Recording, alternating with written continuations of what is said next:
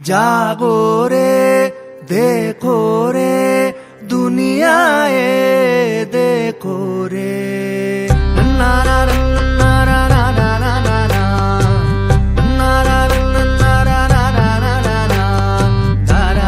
ना ना जागो रे देखो रे। नमस्कार। सफर, संसार का हर जीव एक सफर पर है। सब कुछ गतिशील है, सब चलायमान है। फर्रुखाबाद के पांचाल घाट पर खड़े होकर भी यह ख्याल आया।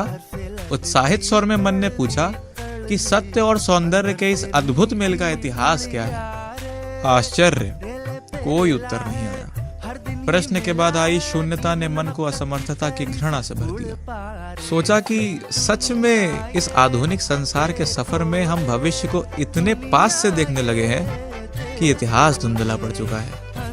इसी धुंधलेपन को आकार देने हम आए हैं आपको ले जाने पांचाल घाट के पवित्र और पौराणिक इतिहास के सफर पर, जिसकी नींव बनता है विष्णु गंगा और धौली गंगा का मिलन, जिससे उत्पन्न होती है अलकनंदा। इस सफर को आगे बढ़ाने के लिए केदारनाथ से मंदाकिनी, उत्तरकाशी से भागीरथी, जिसका साथ देती है भिलांगना नदी, तथा कई प्रमुख नदियां अलग अलग स्थानों जैसे नंदप्रयाग, रुद्रप्रयाग, देवप्रयाग इत्यादि पर अलकनंदा नदी की धाराओं की क्रीड़ा में भाग लेने के लिए उससे मिलती हैं और इस संपूर्ण समागम से अस्तित्व में आती है माँ गंगा, जिसके श्री चरणों का सुख प्राप्त करता है पांचाल राज्य की राजधानी काम्पिल्य के निकट बसा एक नगर, जिसे आज हम फर्रुखाबाद नाम से जानते हैं। इतिहास की किताब खोले तो प्रथम पृष्ठ पर ही लिखा मिलता है पांचाल घाट।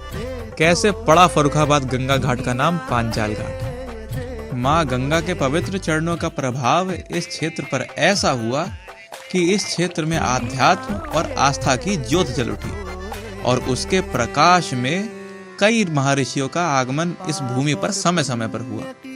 वर्तमान में पांचाल घाट के ऋषियों के पिता समान श्री दुर्वासा ऋषि जी ने अपने चरण चिन्हों से इस भूमि को तृप्त किया। गंगा के तट पर बना दुर्वासा ऋषि आश्रम आज भी उनकी कठिन तपस्या और आस्था को जन सामान्य को स्मरण कराता रहता है। अनुमानित कुछ क्षण ही बिताए थे हमने आश्रम में। उसके पश्चात भी जब आश्रम से प्रस्थान किया तो शिष्यों के आश्रम छोड़ने का चित्र आंखों में बनने लगा।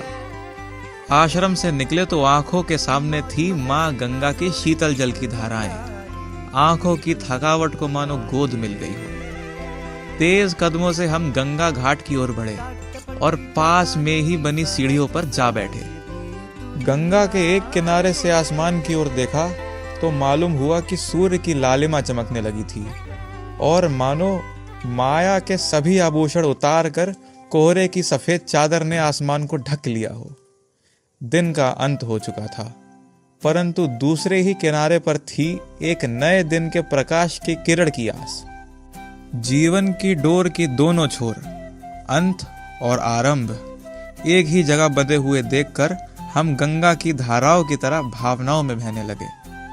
मगर ये बच्चों का शोर कैसा, ये हलचल कैसी, ये साधु संतों का आगमन, यह अंधेरे में भी गंगा की लहरों में प्रकाश, यह लोगों का शिविर लगाने का तात्पर्य क्या है? इन मन को विचलित कर देने वाले प्रश्नों के उत्तर जानने के लिए आपको हमारे साथ आना होगा एक नए अध्याय पर।